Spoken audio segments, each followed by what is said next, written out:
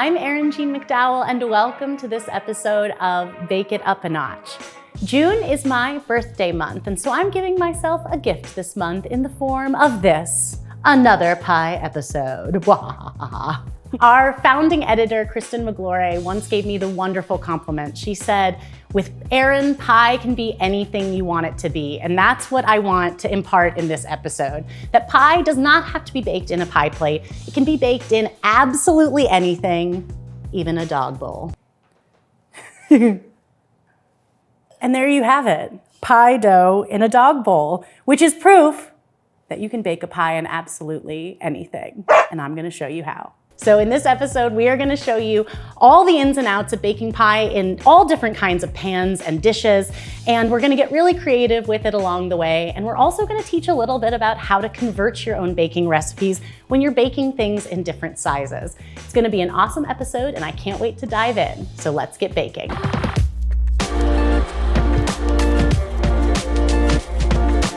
When I define a pie, I really think it's just a crust and a filling. So with that definition, pie can absolutely be baked in just about any type of pan. But let's talk about the rules you need to consider when you're gonna go outside the pie plate. The main thing you need to consider when you're making pie in something other than a standard pie dish is the size. Because all of these different baking pans do have a different size. They have different circumference or width. They have different depths. And this is going to be really, really important. So one of the ways that we can adjust our recipes accordingly is to use one of my favorite conversion methods. Here on Food 52, Alice Medrick, who's just an incredible baking author and dessert author of all sorts, she has an incredible article that talks about converting recipes for different sizes of baking pans. She's done a lot of the work for you in that article. She's talked about kind of the actual surface area of different sizes of pans, different shapes of pans, round versus square versus rectangle. So head to that article. Of course, it's linked in the video description below for a great lesson on doing the math yourself to know how much you need to adjust your recipe. You can also check out my friend Erin's amazing conversion calculator on her site, also linked in the video description below. First up, dough. Now, dough adjustments can be kind of approximate because luckily that scrap dough can just freeze and be used for all kinds of other delicious projects later. So if you're worried about having enough dough, just make a little bit more than you need. But if you're kind of teetering between a smaller number and a larger number, just scale it up a little bit because that extra can turn into something else delicious, but you'll have enough to work with, whatever size pan you're using. Now, filling adjustments can be a little bit trickier, but luckily they are not as tricky as adjusting recipes in lots of other varieties of baking. Sometimes adjusting things like cake recipes, even cookie recipes, can be really, really difficult and they may not turn out to have the exact right consistency. But with pie fillings, you can usually double or make them 1.5 times very easily without needing to make many other adjustments. You might ask, why bake a pie in something that isn't a pie pan? And there's a few different reasons. One, you just may not have a pie pan handy. You may not own one at all. And that shouldn't stop you from making a pie, my friends. I want everybody to make pies, even if all they've got on hand is a single cake pan or a cast iron skillet, whatever it might be. Another reason is that some of these pans actually have bonus features like increased portability or easier sliceability, or even in the case of like this cast iron skillet, it can really help prevent a soggy bottom because of the way that it conducts heat and, drives that heat really strongly to the bottom of the dough. So there's really a lot of reasons that you might want to think outside of the box a little bit when it comes to pie.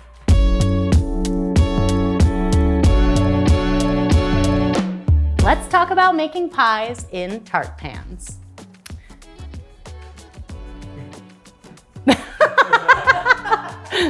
Just blank, total blank. I love baking pies in tart pans for a few different reasons. One reason is that it just has a slightly different crust to filling ratio. Sometimes I'm looking for something a little bit lighter, a little bit thinner of a slice, and tarts nail that. They're so elegant, they're so beautiful. So the best part about making a pie in a tart pan is that there aren't that many adjustments you need to make. They're very similar sorts of things, right? We're working with a crust, we're working with a filling. So it's really more of a matter of kind of how you assemble it, and of course, thinking about the size, the shape, and the depth of these pans. Tart pans come in lots of different sizes. Depending on the maker, a 9-inch, 10-inch, 11-inch, or even 12-inch round could be deemed fairly standard. One of the best things about this is that you can really be using this conversion concept to adjust a recipe accordingly, whatever size tart pan you have. It's a really great place to start. Now let's talk about the depth. The depth of tart pans is the most important difference between a standard pie plate. A standard pie plate is gonna be somewhere around 1.5 inches deep typically, but tart pans are anywhere between 3/4 of an inch to an inch in depth. And sometimes you do find deep dish tart pans that can be even a little bit more, but typically you're working with a much shallower pan. So the main takeaway here is that you're gonna typically need less filling. So when you're doing your surface area calculations, when you're thinking about that, just remember that you're gonna need a little bit less to make that pie, or tart in this case, seem full. Now tart pans also do come in lots of different shapes. Myself, I have a square tart pan, I have some rectangular tart pans, and I really love using all of those. Again, very easy to adjust your favorite pie recipe to be made in one of these pans as long as you're following those conversion guidelines. I'm going to make my vanilla mascarpone pie, and I'm gonna make it in a tart pan instead. This is a really easy one to adjust because it has a crumb crust, which I've already gone ahead and baked. And now I'm just gonna get the filling together. And you're gonna see normally this would be enough filling to very fully fill a 9-inch pie plate, maybe even a little bit mounded. But here I'm gonna have a lot less, and I'm just gonna kind of fill it right to the top edge of this crust. With a filling this consistency, you can actually kind of make a pattern using your spatula right in the filling, and it'll stay after it chills. So like this is kind of a fun time to do, like usually what I do is kind of stripes.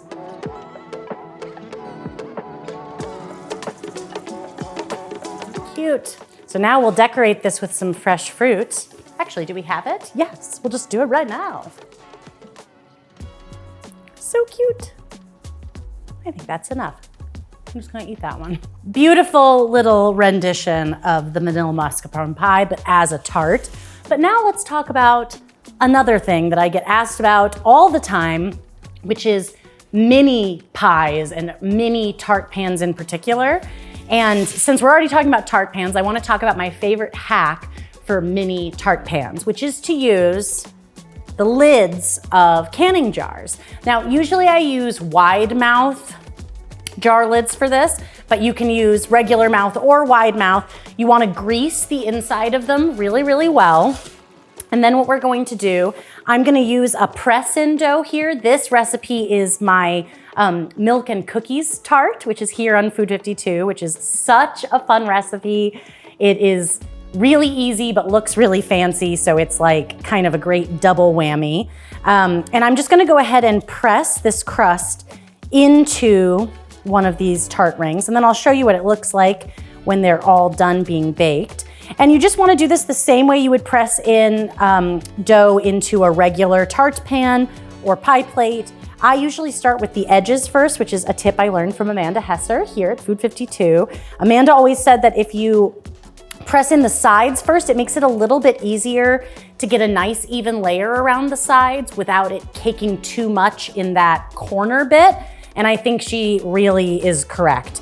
It is just like, makes much easier work of it. And then you can also only crumble as much as you need right into the base. And then if you wanted to, you could par bake these or blind bake them. Because these are mini tart pans, you don't have to worry as much about using a runnier filling inside of these. So I like to fill these with something like panna cotta, which is basically liquid before it sets up, but then it sets up firm. But you can also just use something really simple like jam or homemade jelly or something right in the middle of these without thickening it, without doing anything to it.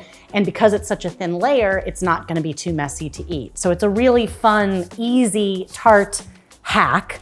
And when they are done baking, they look like this. Look how cute these are. Cannot even contain myself. Look at this adorable, look at it, Faki. It's so cute. And it was made in a little tart ring. And so these are the milk and cookies tarts. They have a chocolate chip cookie crust, a vanilla panna cotta center, so it tastes a little bit like eating a cookie that's already been dipped in milk. And I like to sometimes put these mini chocolate chip cookies on the top of them because then they're even cuter. Okay, I kind of want to eat this, but I'm not going to because I'm going to eat it later. Can I eat it? Okay.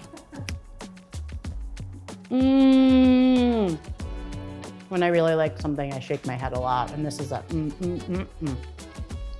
So the main takeaway here, you're gonna need less dough, less filling, and you're gonna end up with a more delicate slice in the end.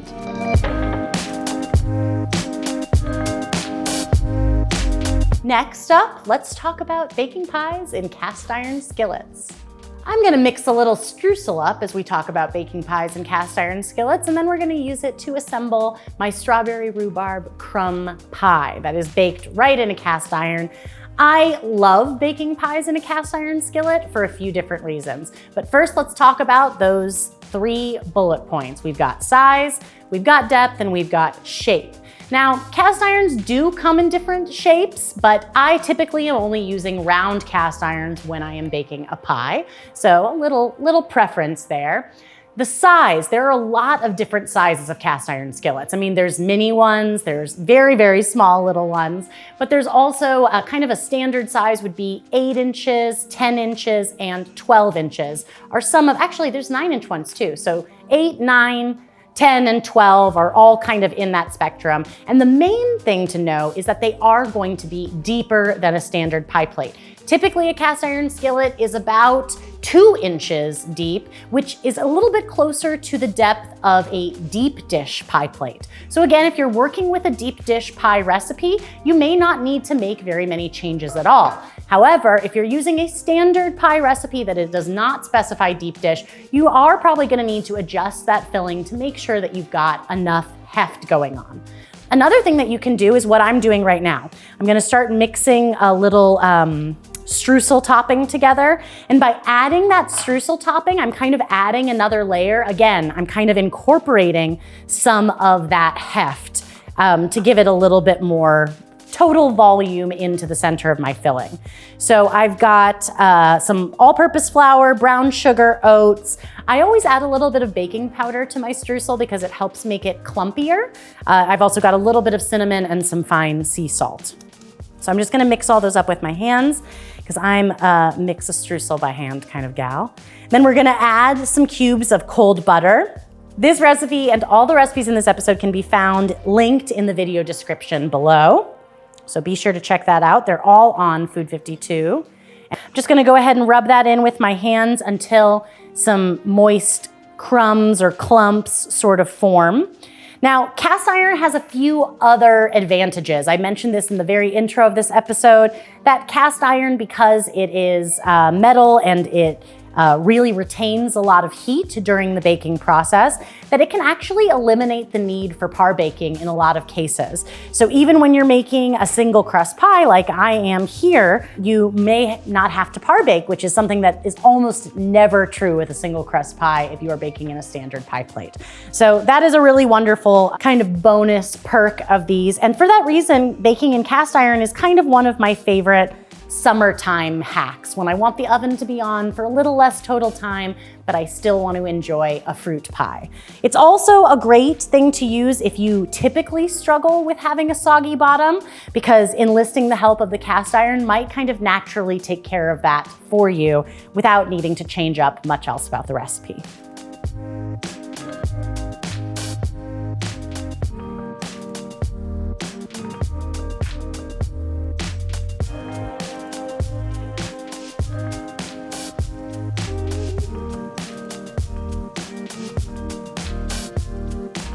One of the things that's great about a pie plate is it usually has a little bit of an edge to support whatever crimp you're making. So a cast iron skillet is one time where it can be a little bit harder to do one of those classic finger crimps. And what I actually like to do is just take the opportunity to fold it sort of like you would a galette or a freeform pie or something that you're baking on a baking sheet.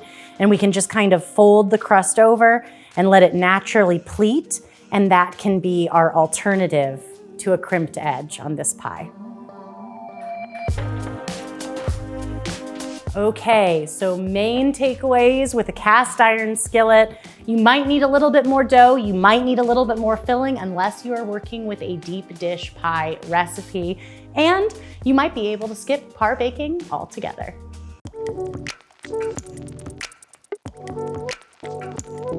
Let's talk about making pies in springform pans. Springform pans come in a lot of sizes, but a 9-inch round is pretty standard for home bakers. So there we kind of already have something working in our favor, as pie plates, their standard size is also 9 inches round as well. The next consideration is depth, and springform pans are significantly more deep than a standard pie plate. A standard pie plate usually taps out at about 1.5 inches deep, whereas springform pans can be 2 to 3 inches deep. So this is really important. You're definitely going to need more filling, otherwise you're going to have very tall pastry walls and a very thin layer of filling inside. Now, we already mentioned that we were working with a 9-inch round, but we still have to consider the shape here, because a pie plate typically has slightly angled sides, whereas a springform pan usually is famously straight-sided. So that's another thing. We're going to have a little bit more surface area in total because we're not dealing with those angled sides. Other important things to consider, springform pans are 2 separate pieces. And when you're working with springform pans in a water bath, sometimes people even wrap the outside in a little bit of foil to help contain and protect any of that water from getting inside. We don't really have to worry about that when baking a pie, but similarly, you do want to make sure that you're extra careful to bake a springform pan pie on a baking sheet. Just in case any butter or anything does run out, you've got something to contain it. We don't want any bottom of the oven disasters. Now, another important thing to consider with springform pies, since we're dealing with so much depth here, it's even deeper than a standard deep dish pie, we want to consider par baking. Now, this is a really great opportunity to talk about an article I wrote for Food 52 years ago called How to Par Bake Double Crust Pies. Now, this isn't a super common thing that people do. Typically, a double crust pie has a longer bake time than a single crust pie, and as a result, you don't always need to enlist the help of par baking. But for people who consistently struggle with soggy bottoms on their double crust pies, this is such a fun thing to know. So here I have par baked my crust in my springform pan. And you can see that I have excess dough all the way around that outside edge. This was very intentional. This is because we want to make sure that we don't have any shrinkage so that we have a really easy way to apply our top crust later. So what I'm going to do now is I am going to trim using scissors. I'm going to trim away some of that excess crust, just so that it's basically flush with the top edge of the pan. It can be a little bit easier to do this when it's still slightly warm, just because the crust is still a little bit malleable, but this one has cooled completely and it's still working just fine. Next important step, eat some of that pie crust that you cut off. Because it is delicious and flaky and crunchy. Okay, now we can add our filling into our par-baked crust. I'm making a chicken pot pie. This is my chicken pot pie recipe that is on Food 52. When you're working with a filling in a very deep pie like this, it's really important to pack it in really, really tightly. It's going to help it not kind of settle after baking so that you don't have that gap between the top crust and the filling. So we're just gonna use the back of our spatula to really, really press this in. It's quite a chicken pot pie. Okay, now let's roll out our top crust. And this is the part where it gets a little bit confusing, because how do you adhere a still raw top crust to this partially baked or par-baked bottom crust? Let's find out. So we're just gonna roll this out as we would for a standard double crust pie. And that is kind of the one negative thing about this technique. It basically limits your crimping options. You're kind of stuck with using what I refer to as utensil crimps, and you can learn more about all different kinds of crimping styles in past episodes of Bake It Up a Notch. But utensil crimps are things like a fork crimp, or using the bowl of a spoon, or using the edge of your tongs, anything like that, which is still gonna make a little bit of a decorative pattern on the outside, but it'll also still do that job of adhering the top crust to the bottom crust, which is the main purpose of the crimp, as well as a decorative look to it. Okay, that should be good. We'll roll it up onto our rolling pin, bring our pie over, and unfurl it onto the top crust. Now, the first thing we're gonna do is trim away some of this excess.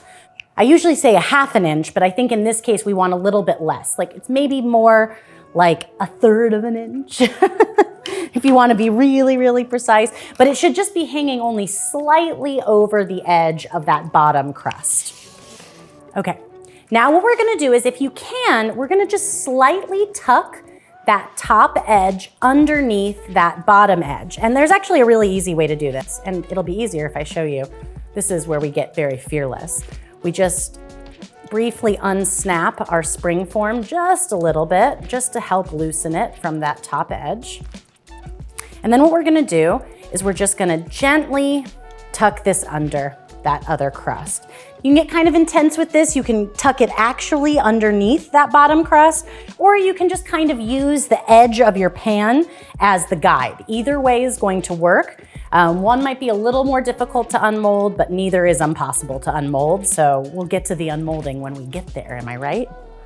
And then we can bring in a fork or another utensil to apply a little bit of a crimp. And what we're doing is we are pressing firmly to help adhere that crust, the top crust, to the bottom. And we're also, giving it a little bit of a decorative something. You can't use finger crimps here very well because that bottom par-baked crust just isn't malleable anymore. But we can still do this and make these impressions in the top crust. All right, so we can egg wash this. We can apply some vents.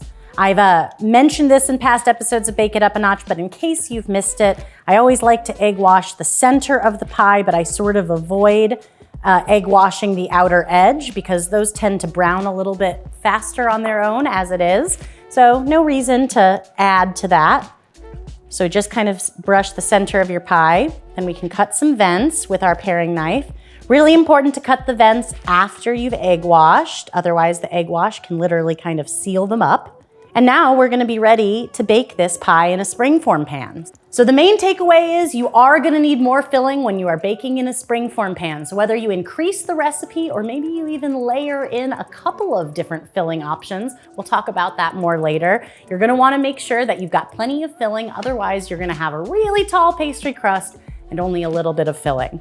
I'm gonna get this in the oven to bake, and later we'll unmold it and it's gonna be so beautiful.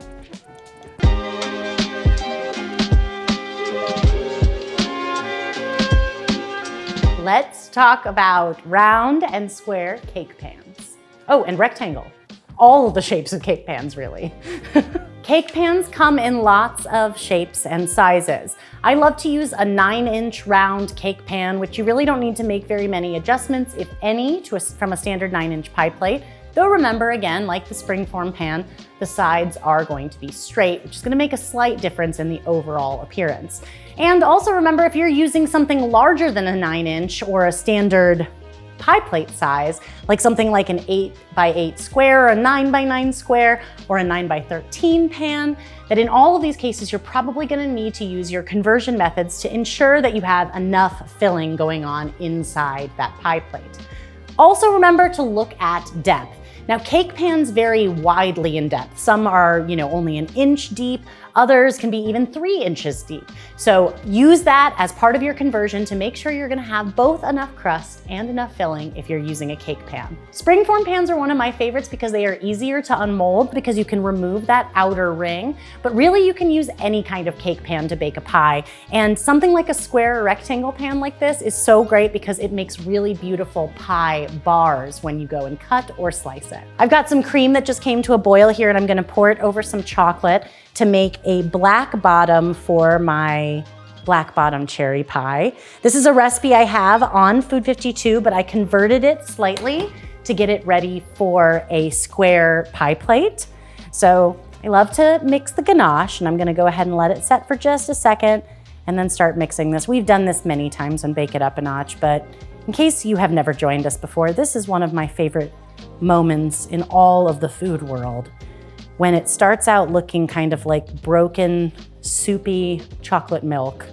And then look at that, from the center, it suddenly becomes this beautiful, smooth, oh.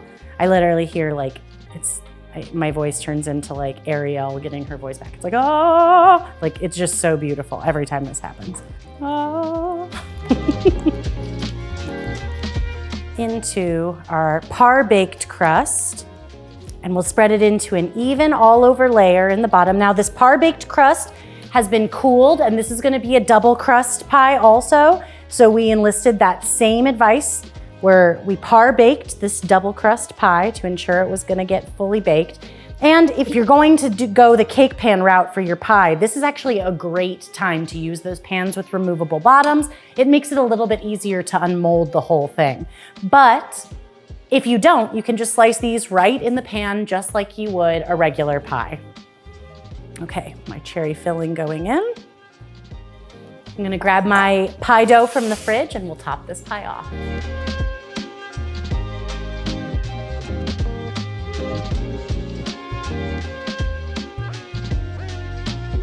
Using the back of a paring knife here to make a little crimp. This is another fun one to do. It just sort of looks like, actually, it kind of looks like there's a popular crimp known as the rope crimp. And this looks a little bit like that without being nearly as difficult to achieve. Okay, I'm gonna brush the center of this with egg wash. Again, not the crust edges because they'll probably brown enough on their own. We'll give a little sprinkling of my favorite ingredient, turbinado or raw sugar on the top. It makes, I don't sweeten my pie dough, so that always gives it that little bit of a caramel crunch on the top of the slice. Cut a few diagonal lines in this. Okay, let's toss this in the oven and bake it to golden brown perfection. From this angle where we cut the vents, it is flaky AF and it is pretty awesome. So your main takeaways when you're baking in a cake pan of any sort. Remember, you're dealing with straight sides, not angled sides, which is common for a standard pie plate. And remember, you're going to need to account for increased total surface area. So you might need to make more filling and you're likely to need more dough too. One other thing that is very specific to cake pans in particular, I am not a fan. I do not normally suggest greasing a pie plate. And the reason is that that pie dough can literally slide down the sides of your pie, whatever pan you're baking, and it can be really problematic and lead to all sorts of problems. This is one of the only times where I might use just a little bit of oil, but only in the bottom of the pan. That's gonna help some of these slices release a little bit cleanly, but again, we don't wanna grease those sides because we want that pie dough to cling to them during baking.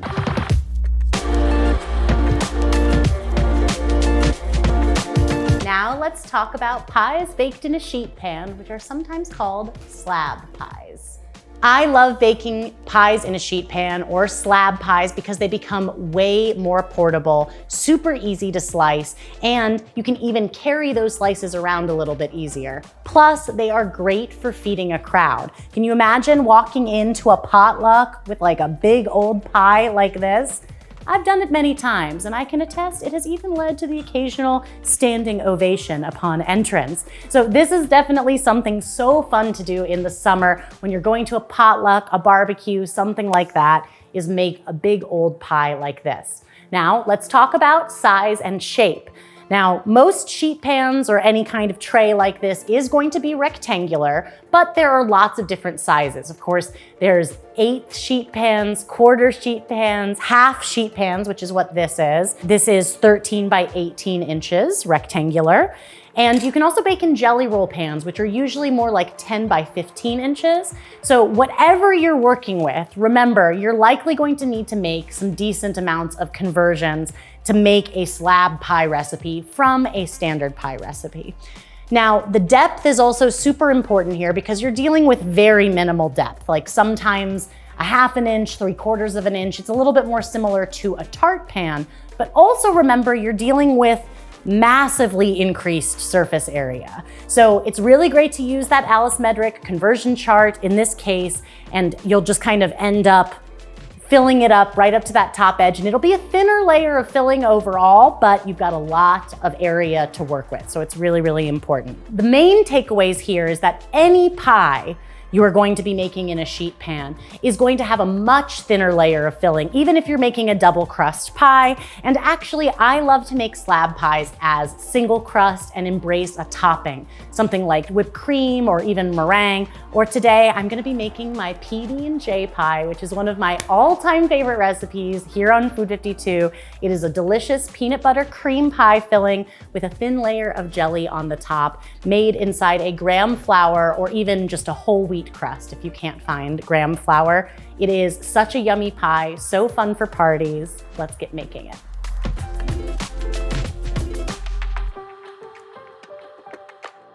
I gave this peanut butter pie in my sheet pan a little bit of time to set. Now I'm gonna add the final layer, which is a layer of jelly over the top.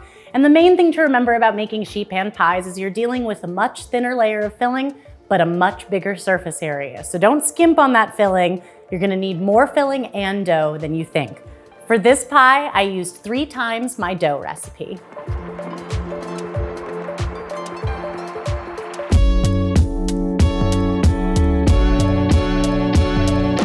Let's talk about making pies in muffin pans. I love baking pies in muffin pans for one simple reason. Miniature pie plates come in kind of all varied sizes. Some are 3 inches, some are 4 inches, some are even 5 inches, and they are all different depths.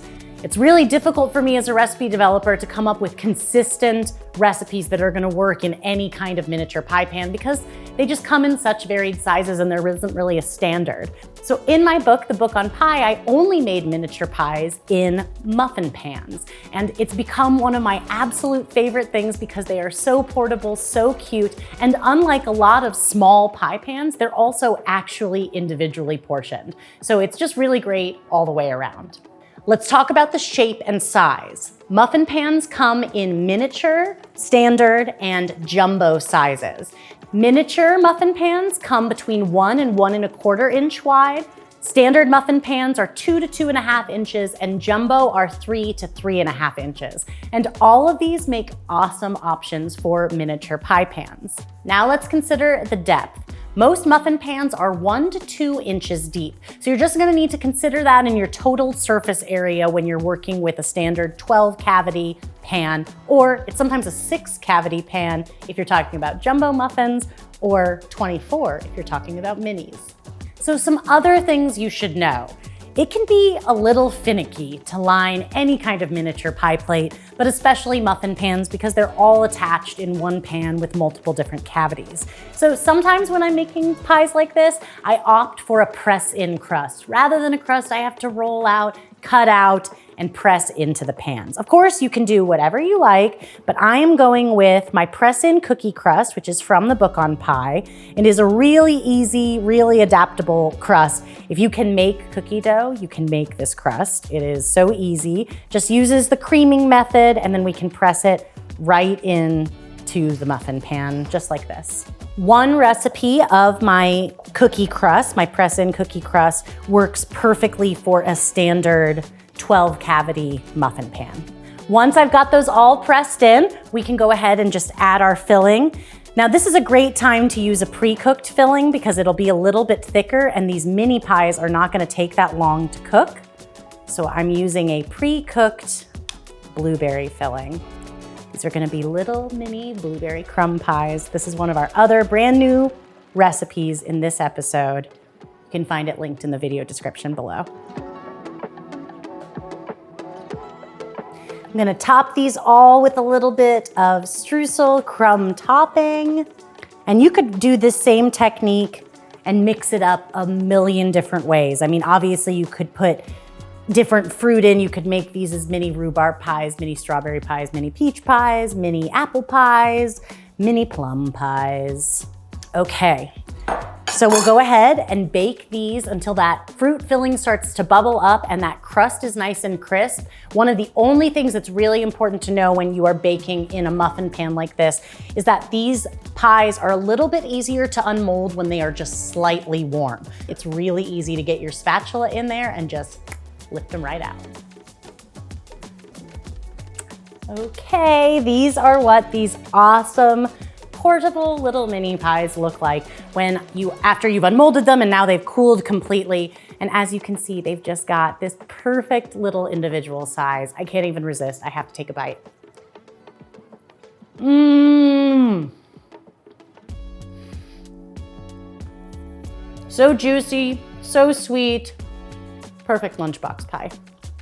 Main takeaways: a muffin pan makes a great substitute for a mini pie pan and makes them as cute as can be.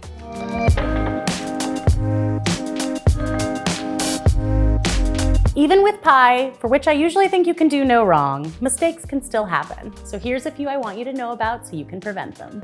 When you're working with pans that are not pie plates, one of the biggest mistakes that can happen is the dreaded soggy bottom. So we already talked about this. We talked about it in the form of par baking for double crust pies. But of course, if you're just making a single crust pie, par baking is still really important.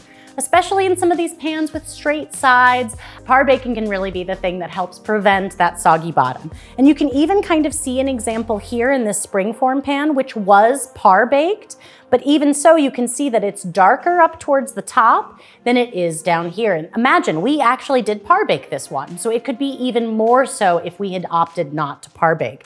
So to prevent soggy bottoms in unusual pans, especially square, rectangle pans, really deep pans, don't forget that par baking, and even consider par baking with the double crust. Be sure to check out that article that we've linked in the video description below for more information on par baking double crust pies. Now, another thing that can happen, which is one of my biggest pet peeves, is when you don't adjust the recipe properly and you end up with really tall pastry walls and just this thin layer of filling in the bottom. But fortunately, this is a really easy one and one you can fix in a variety of very delicious ways. So one of the things you can do is just kind of opt to create a layered pie. So here I have a coconut custard pie, and I didn't adjust this recipe at all, even though I baked it in a springform pan. And a springform pan is significantly deeper than a standard pie plate, so my filling only goes about halfway up the inside of that crust. So what I'm gonna do is I'm just gonna add some more components to it now, even though it's done baking. So what I'm gonna add first are some roasted strawberries. That's gonna taste delicious with this coconut custard pie. You could add, a pre-cooked fruit filling. You could really do a number of different things here, a layer of jam, whatever you think sounds good. And we're just gonna kind of beef up that filling a little bit by adding another layer. The cool advantage of this is it also means that we're gonna be able to have kind of a striped effect when we go to slice this pie. So this is just something really, really fun, and it tastes good too. And even with adding those roasted berries, I still am, a little bit shy of fully filling this pie. So why not add one more layer? In this case, you could add something like whipped cream, but I'm gonna add meringue today because we haven't lit anything on fire in a while. So today seems like a good day to do so. So I've got my beautiful Swiss meringue here, which is a style that I love to use for pies because it is fully cooked. Oh, yes.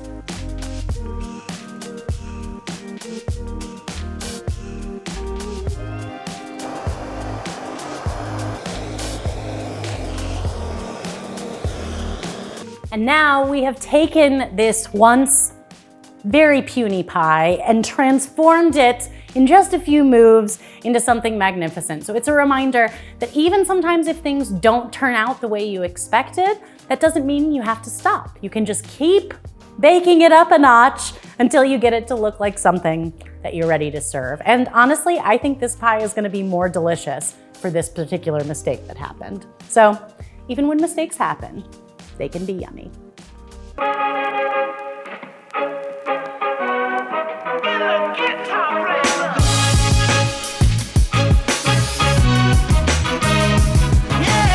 Thank you so much for joining me for this episode of Bake It Up a Notch, where we talked about how to bake a pie in anything other than a pie plate, even in a dog bowl.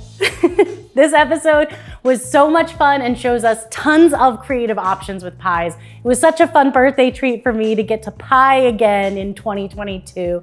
As always, all of these delicious recipes are linked in the video description below, along with the other tools that we referenced in here, like Alice Medrick's amazing conversion article, how to par bake a double crust pie, and even my friend Erin's conversion calculator.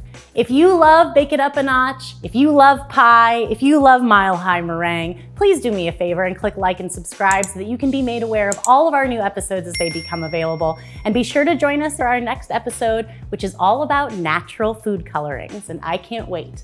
Until then, happy baking.